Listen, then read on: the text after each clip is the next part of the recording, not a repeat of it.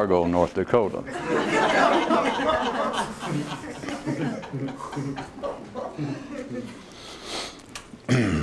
The true state of man finally and fearlessly revealed. Man's natural condition is to deny that it is. Soon after you're born, shall I waited longer? Soon after you're born, local reality tells everyone to stay in your room. Most do, some don't. Man invented the concept of hurricanes, typhoons, and tornadoes to try and direct attention away from what was happening in their own minds. Someone could claim that it was the other way around, and they could be right, or they could be wrong. But it doesn't matter, because the situation remains as it was before I mentioned it. One day a man thought, I do so love descriptions, they mean so little. To respond to a train seeming to slow down or else going too fast by saying, I'm thinking, is of extremely questionable value. One way to help assure that your vision remains normal and squinty is to single out specific things to watch. And if you've any doubt, just check with the nearest dead deer or bagged duck. The magic of man's mental presence. Everyone's two people, the one who's here now and the one who's not. Yet another trick that humans, and only humans, can do. Daddy, is it true that the mind is quicker than the eye? They're the same, my son, the way in which they're normally done. Another maxim, scrubbed and polished for your renewed inspection. Those who pursue activities such as this are like men who realize that they have no bootstraps, yet still struggle to pull themselves up thereby. The mystic's motto, if I don't do it, who will? Another way to tell for sure if a man is more conscious or not is whether or not he ever says, give me a break. The simple of mind are always intellectually fighting a rearguard action, never advancing offenses but merely defenses of their present assigned position. When life threw man out into the choppy seas in his little mental boat, as aid and comfort, it told him that he was completely in charge of his own navigation. Is life a world-class kidder or what? Or for those of you who'd prefer a more genteel description, is life as sharp as a 12-meter tack when it comes to the maritime management of man, or what, Commodore Scott? In the city, no man is sane unless he will insist that he is. If you're of routine consciousness, no matter where you are, your mind's not. Men enjoy domesticated pets so as to have something around the house under their control.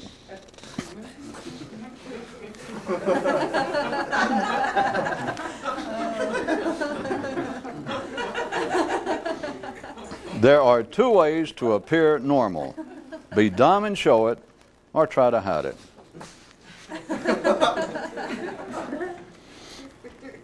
One man searched the racks for a greeting card until he found one whose company's motto was, words, when you care enough to send the least possible. Physics and this kind of thing.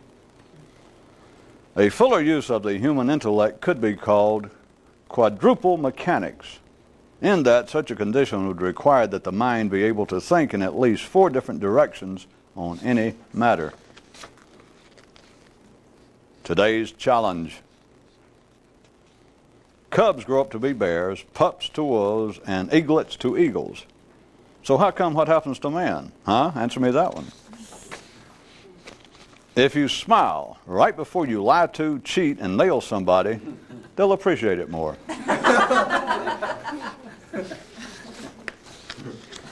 But hey, a follow-up to an earlier story. But hey, If you're ordinary, you can afford for your mind to be somewhere else.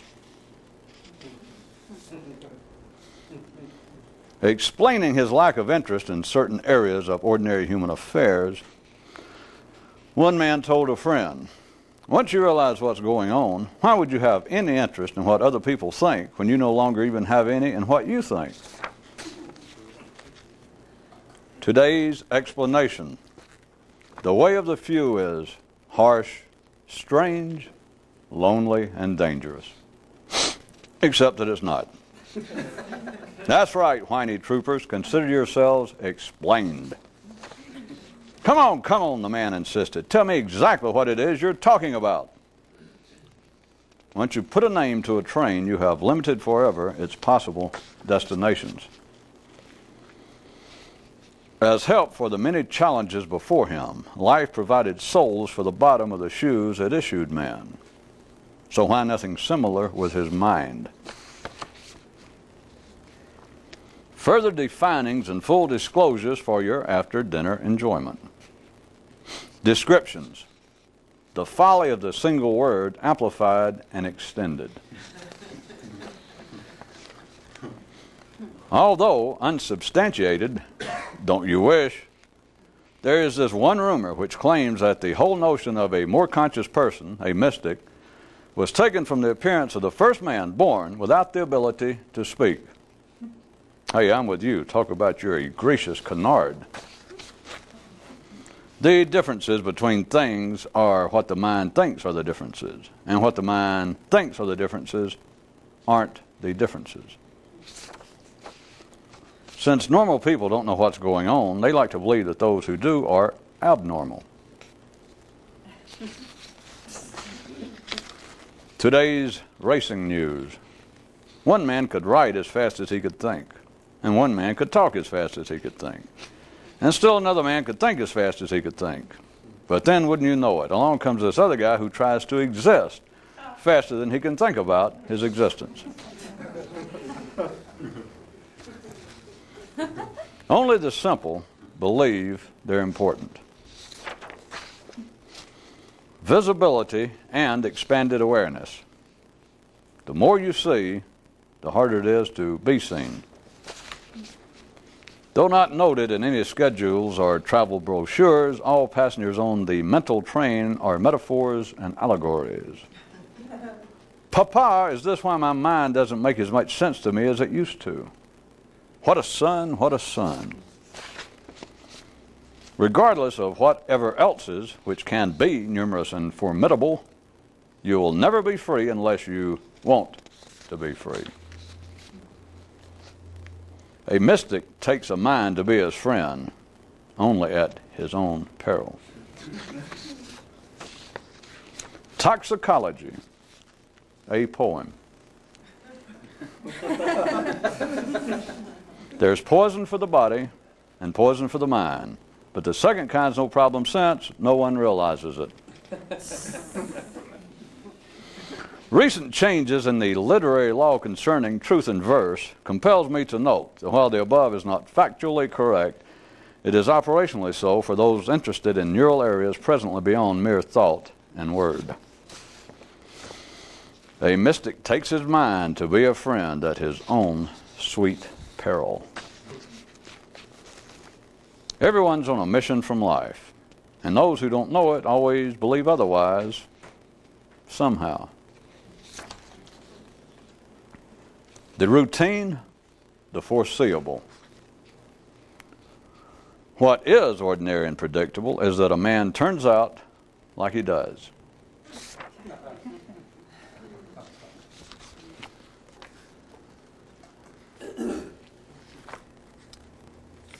Is this a day for news or what? Why do people ask rhetorical questions other than to stall for time? There could be several good reasons, but I care not to answer such a dumb question. Thank you. Well, usually then they will say, well, is anybody here actually from Fargo?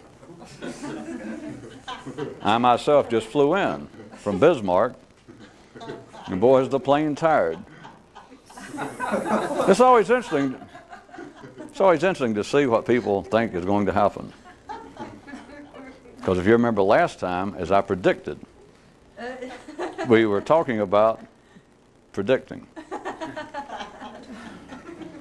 And plus, to show you how up-to-date we are in the area of mental meteorology, I'd like to run the radar here and show you what has been happening for the last 12 hours.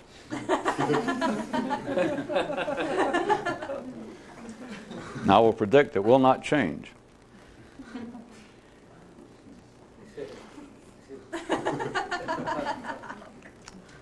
We were in general, besides the predicting part, talking around the edges. I was mentioning in one item the sad, the heartbreaking history of man presented in a cheerful manner. And that was that a man is born one thing and then grows up to be that same thing. If this were literally correct, which I'm not saying it's not, but if it were, of what value would it be? And since I know the answer to that, I changed it around, trying to trick the simple of mind, the unwary, and those of you who are actually trying to see something, who can't be tricked. You realize, wait a minute, this sure is beginning to sound like the same thing. I mean, sometimes it sounds like it's about trains, and other times it sounds like it's about serology, and sometimes it sounds like it's about mathematics, and it sounds like it's about pulling your transmission. But when people get good, they keep thinking something about all of this begins to smell like it's about the same thing. And not incorrectly, many people begin to think, and I can almost get what it is. Most people that ever get that far mentally get sort of rocked to sleep on the train. And they have in the past then gone to the idea that, wait a minute, now I know what it is. It's God. Or religion in some way. So then once they put a name to the train, they be done for. And of them, nothing else is heard. To themselves, nothing else is heard. That is, they give up. Did I lose you already? That many people get to the point, not just being around me, but they have read, let's say, all sorts of would-be mystical literature, religious literature. And they read things written in China, 1000 BC. And then they read something in Greece, 500 BC. And then they read something written in Germany, 1200 AD. A wide spectrum, all sorts of apparent religious backgrounds, and many people get to the point of suspecting, they feel like all of this is about the same damn thing. And they keep thinking, sure, I'm close to it. I almost got it figured out. And it's as though, if life really had enough time to consider you important, any of us, and to look down, well, people like this. They always like to feel like they're important. It's as though life just casually looks down and goes, uh-oh, there's another one about to, pop a blister down on his brain. There's somebody about to see what's going on, that kind of thing. And so it's like he goes, ooh, and makes the person go, wait a minute. Why didn't I see this before? They're all talking about, I kept working on it, I kept studying all sorts of metaphysical literature and this and that and trying to be weird and do, but after all these years it suddenly strikes me, all this is they're talking about God. And life goes, phew. Another idiot bites the dust. Another boy or girl goes back to their room where I told them to stay to start with. Just as historically that has been the final relief of people who believe that they were seeing something in common with everything. There is something in common with all this. There is a focal point. It is all about the same thing. And rather than put a name just on what it is, consider why, if there is one thing to see in life, why you cannot see it through the mind. People take it to be natural, a natural state of man, that how life should be is open to debate, is open to discussion, is certainly open to improvement, is open to change. And within those 4 or 5 verbs, you could add your own variations, you could add your own subcategories that men believe in their mind we're talking about quite ordinary, middle of the road, the ordinary man. And by ordinary, by now, everyone knows that I mean that in no negative sense. Ordinary is ordinary. Ordinary is the heart of humanity. Ordinary is the general gene pool from which you sprang, even if you tried to be unordinary. It is the sanity in the middle of the parade. It is civilization on the hoof. It is ordinary people being ordinary. It is ordinary people just being as they should. But even amongst them, that group, those who would consider themselves to be a bit more insightful, intellectual, socially concerned, etc., they would still describe that the natural state of man, mentally speaking, the natural state of man is for him to discuss, for him to debate, and for there to be a continuing discussion, an intellectual byplay between the right wing, the left wing, between Christians, Jews, Buddhists, Hindus, everybody. Now that is at the best possible level within the ordinary slice, within the ordinary scope of quite ordinary people. As they would say, well, that is what keeps things going. That is, in fact, sort of a non-scientific explanation of the scientific method. That things must be tested, and the way you test your ideas, not objective science necessarily, but the way you test your ideas in the social realm, is by putting them out there, putting them to a test, let other people examine them, let somebody say, well, I've considered your idea of how we should handle morality, sexuality, commerce, whatever, and I've decided that although you may have some good points there, here is how I would change and correct your view, and etc. The observation is made correctly on how things work, but then the ordinary mind takes that to be a final statement, a final operational statement of what life is, which I'll try to get you to consider, not just to play with words, that that's not actually life. That's reality. That is what the mind makes of life, and that too is not a pejorative judgment of the mind thus far. That's the natural state of the mind. But for people to say life is whatever we collectively think it is, no, that's reality.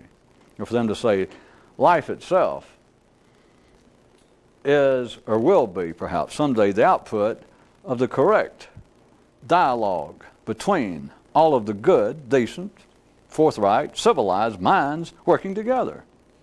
That's reality. That's the parade. That is why when your consciousness is at that level, all you can see is the immediate vicinity. All you can see are local examples. And that's why no one can predict what's going on, even if it were possible. That's why it's just ridiculous, and people actually know it, even though they'll pay to hear it. Yes, tell me what will happen. And they know. Well, we're back to that old problem of what a kidder life is. That people absolutely know, people who's paid money to consult a psychic, a card reader, an economist, a business advisor, an attorney, a psychiatrist. If they've done it more than once, they know that the advice, they know that the foretelling of the future, that is, the diagnosis and the prescription of what will happen and what you should do, anyone with a modicum, even a semi or quivi modicum of intelligence knows that it's useless. But that stops no one. It's not supposed to. But while you're in the midst of the parade, it cannot be improved. It's not because you checked with the wrong psychic or the wrong mystic or the wrong financial advisor. Because as long as they're in the midst of the parade, and all you got to do is tell if they're taking it seriously, if they're actually holding themselves out, yes, pay me and I'll tell you what's going to happen. Then right away you know he's an idiot. That is, you know he's ordinary. And of course, if you're there about to pay him, do not too quickly look down thy nose.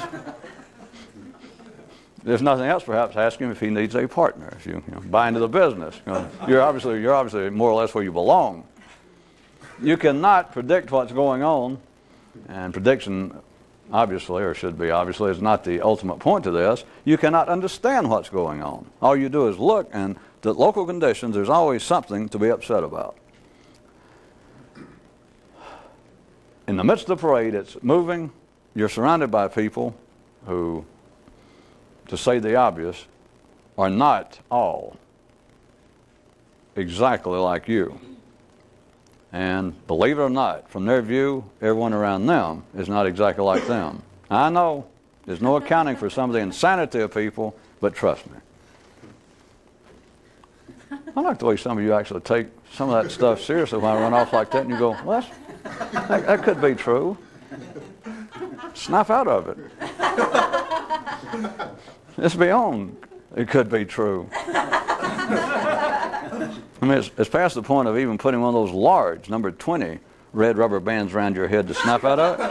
This should be down to the point that you have sliced up with a nice carving knife an inner tube. I mean, it should be a large one.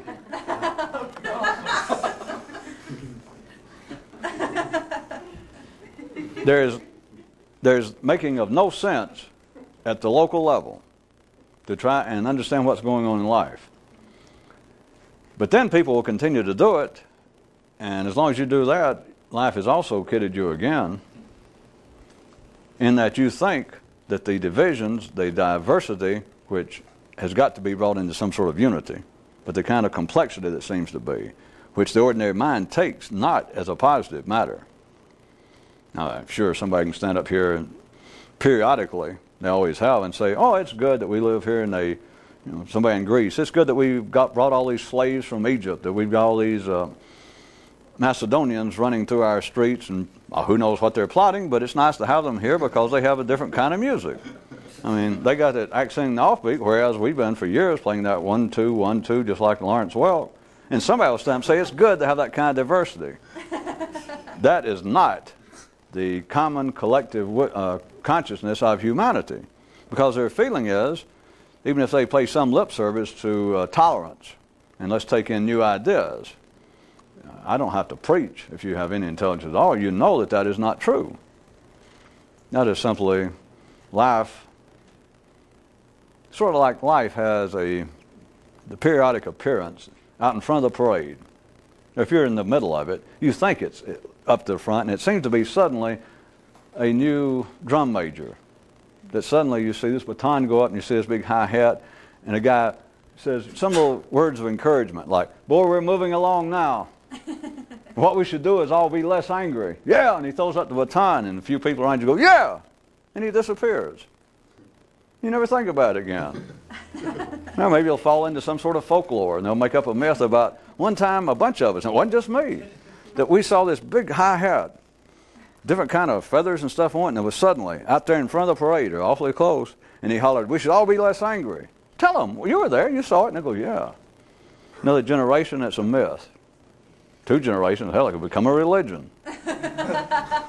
The point is, those kind of comments, which religions are full of them, common wisdom, proverbial wisdom, are full of just comments. You could pick up, if you knew what you were doing, you were trying to run a school for the mystical liberation of the mind, you could pick up a book of German proverbs from the Middle Ages, Greek proverbs from the turn of the century. You could pick up proverbial wisdom anywhere, a book from any country, and you could run a school off any of them.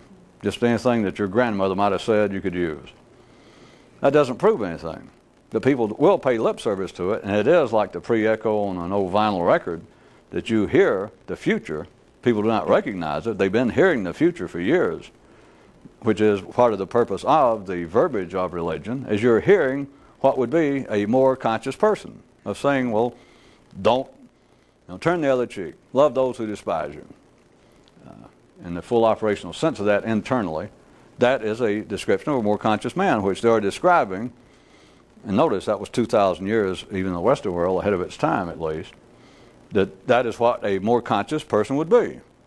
And you can assume, if you'd like to follow the picture of my parade, that unless life changes its mind, since it's made man continue to repeat that somewhere in the future that will be more of a reality than it is now. And so men do hear some sorts of shouts from the future, but it just becomes proverbial wisdom if it's remembered. It becomes, if nothing else, they will hide it within they'll stick it in the mouth of an imagined God. Oh, well, that's just something that a God said, and we can't aspire to that. But in the midst of the parade, a man's mind looks around, and it is all far too complex, and complex in a negative sense, that there are people out of step, people with wrong ideas, people with destructive ideas, people who, no matter how nice you try to be to them, they're going to try and trip you, they're going to kick you, they're going to try to pick something's wrong. That is what keeps the parade moving from a 3-dimensional view. Because if everyone were in actual lockstep, if everyone did merge into this one being marching, that'd be the end of the parade. It will not happen. It takes the conflict, as it appears to be, to fuel the machinery of collective humanity. Now, that's enough. Most people could never even see that. But that's child's play. It's a lot better than that. Because they're still seeing reality, and the complexity of the problem is here. And I say problem advisedly. They consider the problem that these people out here, there are too many people out here, and I can pinpoint them. Say, sane, ordinary, decent people. They'll say, I can pinpoint you right in my neighborhood, in my profession, in our community. People that we have got to do something about. Now, I'm not talking about the fringes of society, the fringes of the parade. We're not talking about the physical criminal element. We're talking about nowadays, which has been increasingly that way. No, shouldn't be any news to you. The problems have increasingly become, the conflicts have increasingly become, to people's minds, to their minds, a mental aspect. It is not totally correct. Because anytime you try and ignore the marking of territory, that kind of instinct, the stomach, the sex organs, anytime that you try and dismiss or try and imagine, well, we are progressing to the point that we will simply become this brain over here in this jar in this cheap science fiction movie, then you're getting awfully close to the fringe of the parade. The point is, people will continue to fight, or they're continuing to fight. Don't put me in the position of playing prognosticator. Let's leave it at this. They're fighting right now. People in the Western Hemisphere, for those of you in the Western Hemisphere, everyone considers that your ilk, or at least at the front of the parade. We have people right now in parts of Europe who wear suits and ties, graduate from high school, and they're killing each other. Big news. They continue to kill each other, and so it's not that within the parade that there is not physical mayhem. But notice, they try increasingly to explain it as being non-physical motivated, non-territorial, that they're not simply. I mean, it may come into discussion that, well, yeah, we want to get back some of our territory, which is at the basis of it. But they increasingly attempt to describe it as being an ideological, that is, an intellectual-based conflict. That we are the freedom fighters here in country X, and we're only fighting against this General so-and-so. He took over power without a free election.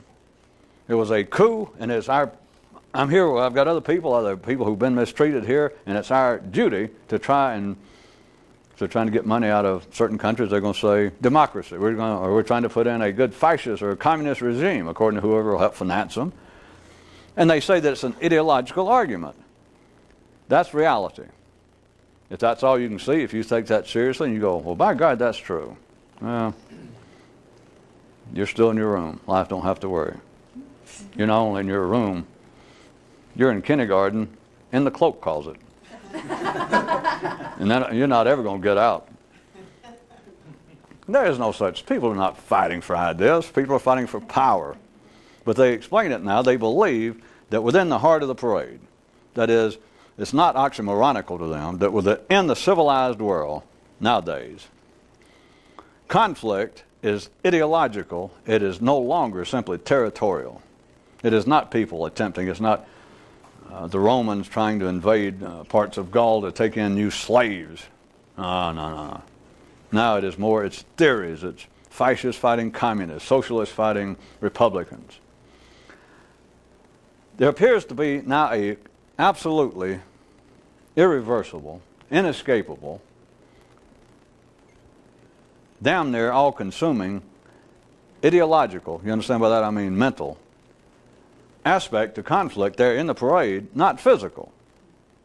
Again, we're not talking about the fringes of society. The people say that that's criminal. That is, that you still have people that even the middle of the parade has to deem to be physically driven to commit their nefarious acts, rapists, muggers, murderers. But they're individuals, and they're considered to be anomalies. It's a different thing now when you have half of a country is turned on half of a country, and you've got 1 million people fighting another million people. And the 1 million people, they do not say, well, we're doing this to mug them, or all of us are going to rape all of them. If you ask them, why in the world would you do this? They used to be your brothers here in that country. They used to be your neighbors. Well, yeah, but they went down the wrong political road. There is now, it's acceptable. It does no good. I'm not trying to make sarcastic jokes. I'm trying to make you see something. But it would do no good if I were trying to make sarcastic jokes. I'd end up being some kind of low-level would-be political comedian. Just a run-of-the-mill smartass. That's not the point. It's easy to make fun of it. It is part of their reality, though, that this is what's going on. But the part that I said that people normally never get past is, in spite of the way it appears, that in spite of the fact that it's their accepted form of reality, here is where it's going on, and here is where it's always been going on. That they describe it as being some sort of conflict out here that we must resolve, some sort of if it's not actual conflict, being driven by internal mental conflict, then it is back to the basis I said of a bit more civilized dialogue wherein we have opposing views, but rather than take up actual arms against one another, it is the debate, the healthy political debate. We'll throw open different economic models into a free economy, and we'll see which one survives. It is always the matter that reality is fragmented, and it's attempting to adjust itself, that we've got to come to better ideas, we've got to form a better government, we've got to form a more equitable economic system, a judicial arrangement that is fair to all, and etc. All of that was brand new news. It's in here that fragments it out there. Now, there's nothing wrong, which is about the end of most would-be mystical systems, that people long before you and I were on this planet, that somebody had come up with that, and people still come up with, wait a minute, most of the problems going on out here are just a reflection of the problems going on in us. And you can say that under the right conditions, you can round up a nice group of people, especially if they can't afford a psychiatrist. You say, well, I charge a lot less than a psychiatrist. They'll go, well, hell, I'll show up.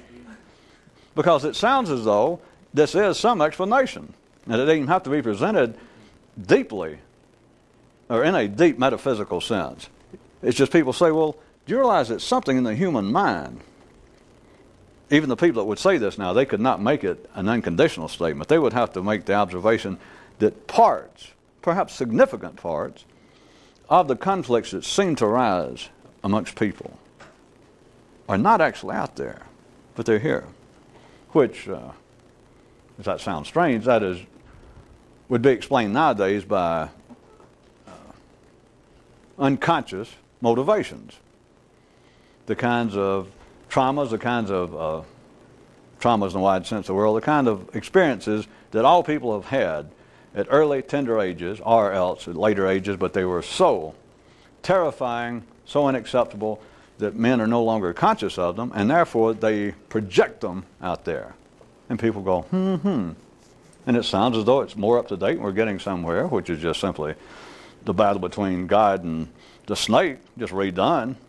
But now it sounds, well, wait a minute, we're talking about the human mind now. We're not talking about some idea of Jehovah or gods. Ha! I'm up to date. I'm talking about man's unconscious mind. Of course, I'll tell you how up to date it is, by the way, those of you who like to know. There's some artists now working in Mexico, even as we speak, that are about to put out a whole new series, not just Jesus painted on black velvet and God, but the unconscious mind. It's going to be painted on black velvet, and they'll be for sale here in the States shortly. Did anyone get the... You will find man's unconscious mind on the same day that you lay your finger right on Allah. You walk up like in a grocery store, if they're giving some prize, you go, you're Allah, you're God, and then he has to buy your groceries or give you You will find man's unconscious mind on that same day. It'll be the same thing.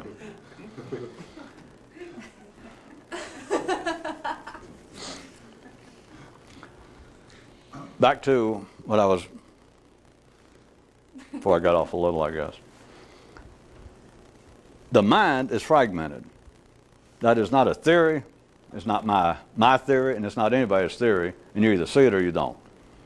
And if you consider that, well, wait a minute, I'm going to think about this and write it down and take a lifelong struggle, you know, at least life doesn't have to worry. I'll be glad to report, yes, he's still in his room.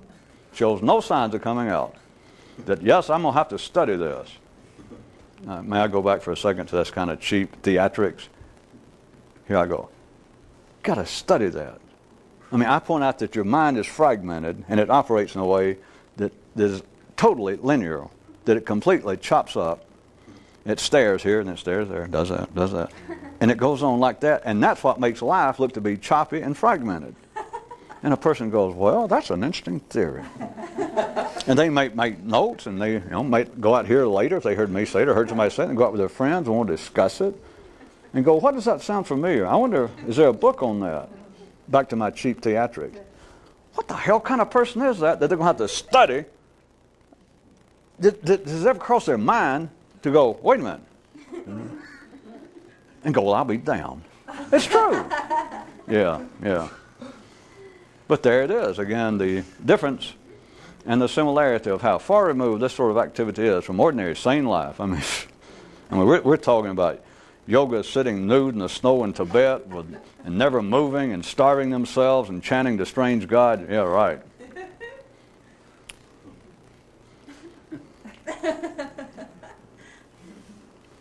How strange and how far away it is, assuming you can get anything between you and... But you got to understand how much it helps when it's like this. There's a form of... There's no medical diagnosis for it. But it's a vision flaw in man. That when something's like that, you can try it yourself with your hand. I keep doing it. And try and see, like the wrinkles in your hand. And you do that, and you can't. And so it's a lot easier. If I said, there's the wrinkles there is the mystical message. Let's just say that, allegory. And you try, and you can't see it. And so you could do that, and it's kind of cut out the light, and you could relax from it. Your hand might be cool.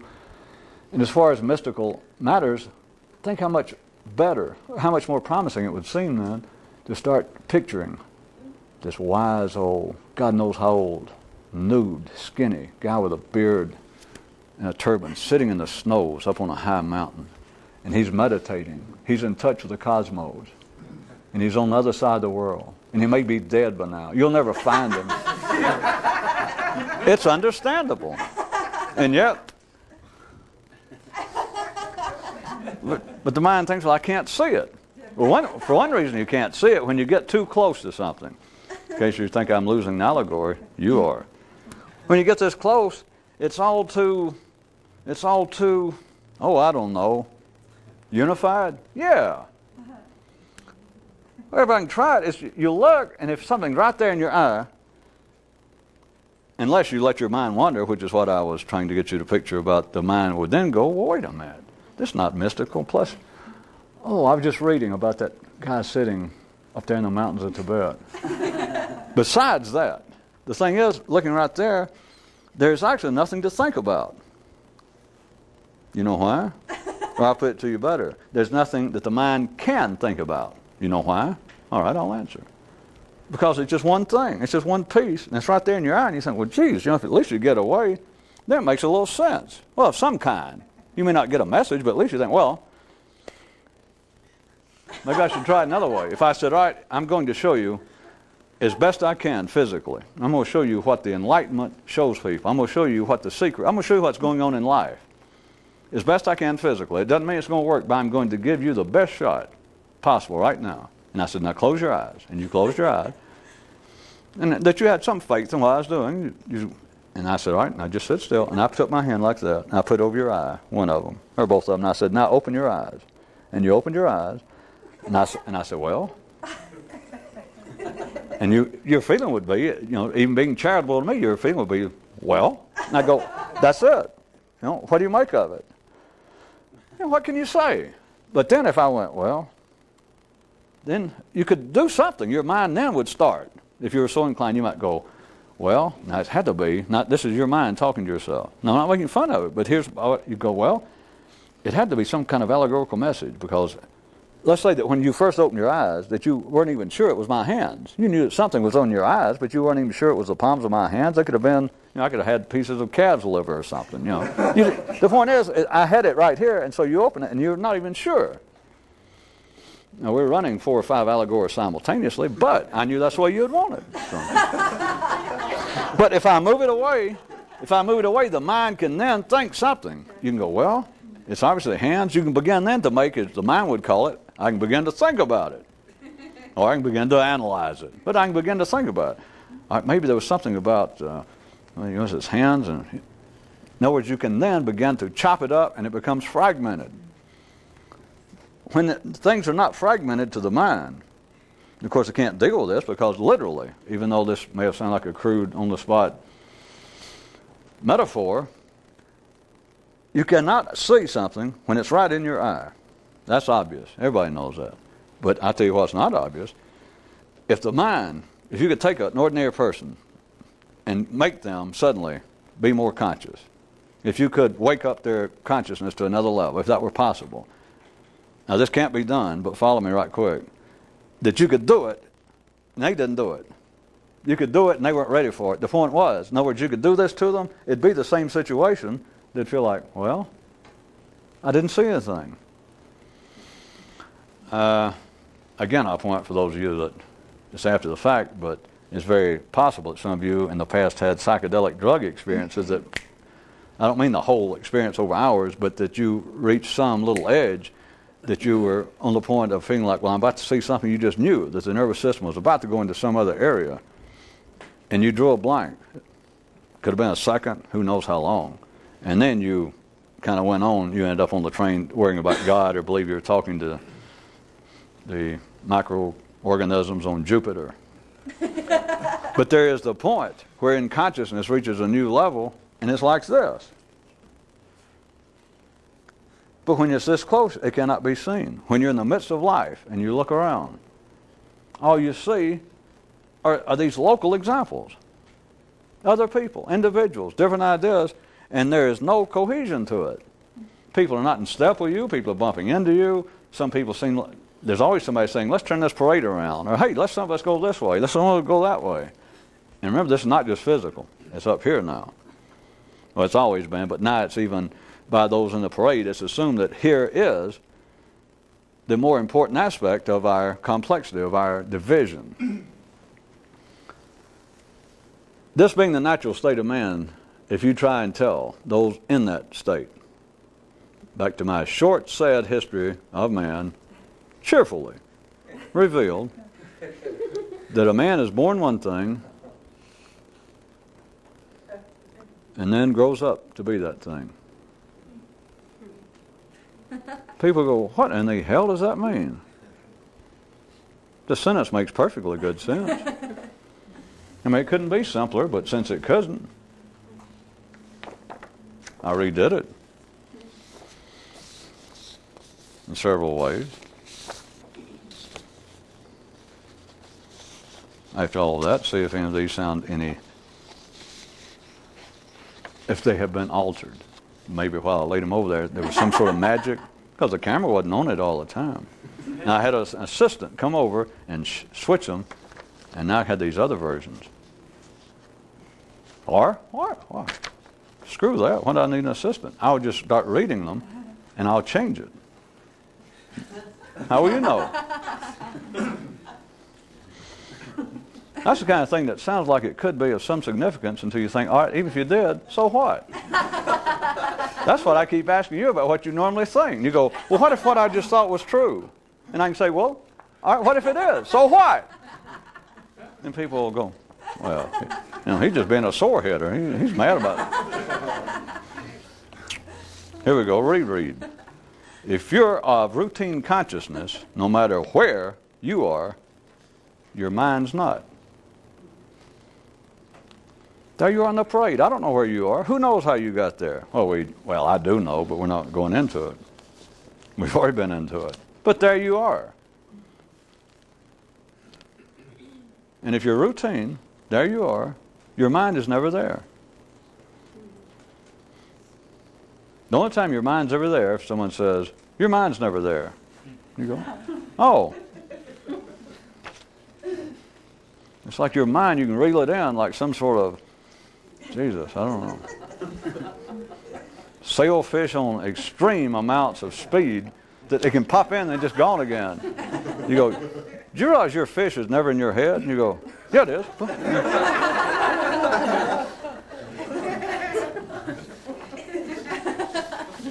That was not all. As someone once suspected, and I will not admit it, someone wrote me and said that they thought that these nights when they're like 20 or 30 or 50 items, I don't know why I should tell you this, but somebody wrote and says they thought that somehow they thought a lot of them were connected. Boy, I get some weird mail. Hey, follow up to an earlier story. This one, as a matter of fact. It was called, But Hey! That was the title, the heading. A follow up to an earlier story. But hey, if you're ordinary, you can afford for your mind to be somewhere else. What difference does it make?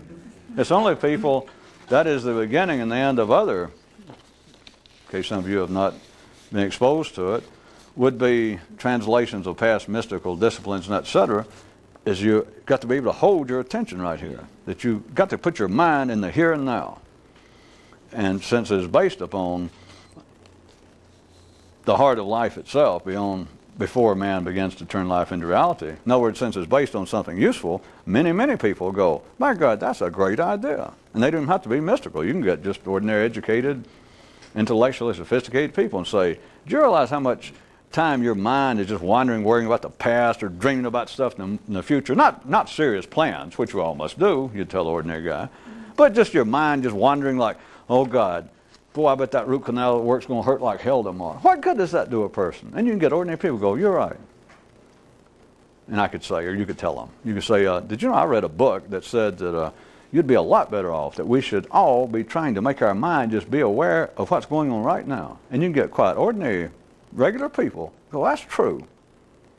And immediately they'll think, I should go buy a book. I was going to the bookstore. You understand? It's not in praise of irony. It's predictable. Irony, why I keep saying that Captain Irony is not going to show up and fly in like I used to threaten. There is no such thing as irony. Irony is just a genteel synonym for stupidity. Because irony says unexpected results. If you'll pardon one more bout of cheap theatrics. Unexpected results. Does that strain your head? The unexpected results. Do you understand? If it's possible to know what's going on in life, there's no such thing as unexpected results. Which I'm getting to was the last item tonight, but I believe I may have already mentioned it several times, I don't know, since I've known you. There's no such thing as irony. For people to go, God, that's ironic. Which is say, I never expected, based upon what had happened before, I never expected that. Well, that's their privilege. But to say, by God, that's ironic. It passes, in fact, for a form of rather urbane, hip, social observation, if not criticism. That a man will look and say, how ironic. To begin with, he's got a better vocabulary than most of us bricklayers and drywall men to even know the word ironic. But ironic, it sounds as though, there are things going on in the complex web of human affairs that now and then will bring forth a surprising result. Doesn't that sound a lot better than saying, well, I'll be damned, I never think that'd happen. And especially to go, wait a minute, that was inevitable. God, was I stupid not to realize that? And his friend says, you should have said that's ironic. Oh, I'm sorry, that's ironic. But hey, if you're ordinary, you can afford for your mind to be somewhere else. What I was saying there, you could get people without attributing thereto any mystical connotations and just get them. People admit that their mind, some of the time, you can't ever be absolute with them. But you would say, I read this book that pointed out that some people, or many people, much of the time, their mind is not really on what they're doing right now. It just wanders. They're refighting yesterday's wars. They're planning tomorrow's battles, which may never occur. Just an ordinary man go, that's true, that's true. Oh, Jesus. In fact, I was just thinking.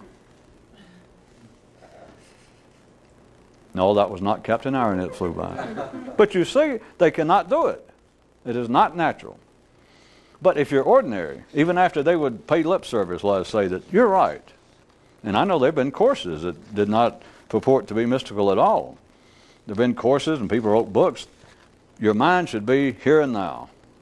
Or generally they say the whole person, but they'll say your mind, your attention should be here and now, that anything other than that, except for necessary planning, but anything other than that, your mind should be here and now, not just wandering out and refighting all the past insults, replaying all the sad scenes of your life. And a person will go, yeah, you're right.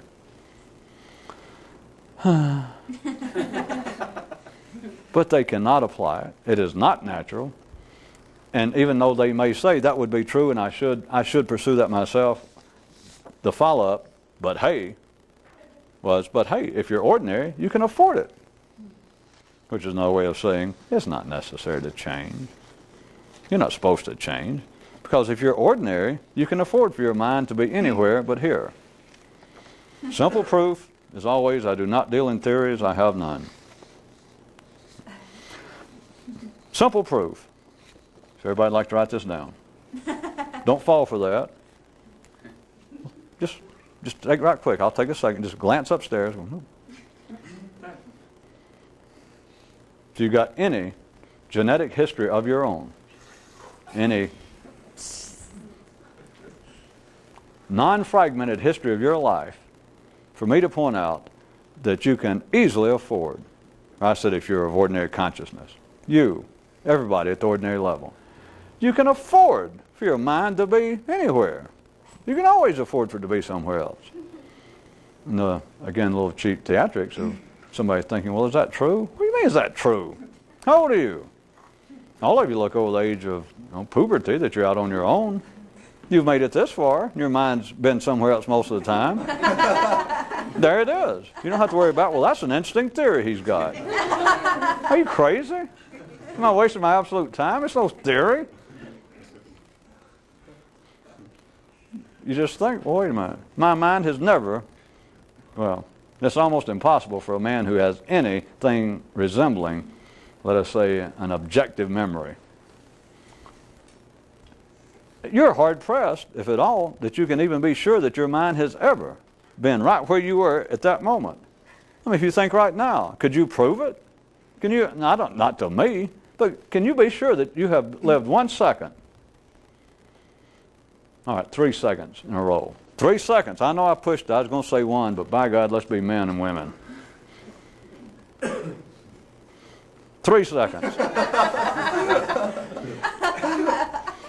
Can you even be sure, if you have anything resembling that kind of clinical sang-froid memory, are you positive? Can you be sure that you've ever lived 3 consecutive seconds and your mind was right immediately, totally, right there on what you were doing? Can you be sure? And unless you are just an ordinary person, you cannot be sure. Which is not the end of it. We're not here to prove I'm right. Then you're supposed to say, but the news item's right. My mind's never been exactly where I was, and so what? Here I'm 35 years old, I got $50,000 in the bank, good job, and a new car. It should make you go. And then to think, there are people struggling to be more conscious? Hell, I'm not even conscious, and I made it this far. I mean, I am really slapping words around to call myself conscious once you see it. But that's not the point. It's not to make you feel bad. It's to realize, well, it doesn't matter. On to the next one. Take them out of order, as if you would care. Everyone's on a mission from life. And those who don't know it always believe otherwise. Somehow. These are all, I'll go ahead and admit it, these are all connected, I think. Today's racing news, one man could ride as fast as he could think, one man could talk as fast as he could think, and the other another man could think as fast as he could think. And then wouldn't you know it, this one guy shows up, and he tries to exist faster than he can think about existing. I will agree, assuming that you have some glimpse of it, that you would not be the same person consciously. Something extraordinary. All you got to do is try it. It's not something to worry about, well, I'll go move to a monastery and work on it for years. Give yourself a break. Don't make me say it for you, because then you're not more conscious when you have to say, give me a break. You don't have to have a break. All you got to do is walk out of here or do it now. Let's stop the tape and see if you can hold your mind right here on one thing. See if you can do it for 3 seconds. See if you can do it for 5 seconds. Show me up to be the deluded idiot that I am. Show me that you can actually do it for 3 seconds and go, ha! After that, we won't speculate on what will happen after you get the 3 second mark. Ha! He was wrong. Well, I always remember. That would be one I was going to say, to wrap it up.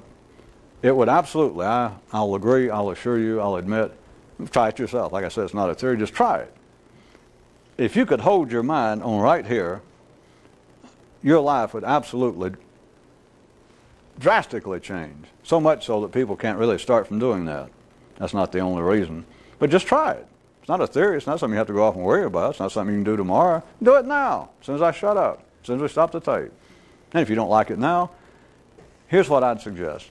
Tonight at 11 o'clock, do it. Try it for 3 seconds. And those of you who are really anxious to forge ahead, do it again at 11:17, and then at 11:40, and then go to bed. And the last thing when you go to sleep, say artichokes. And then when you wake up in the morning, at least the first thing your mind says is artichokes, and just hold it for those 3 seconds. And wake up at 7:22 in the morning without a clock.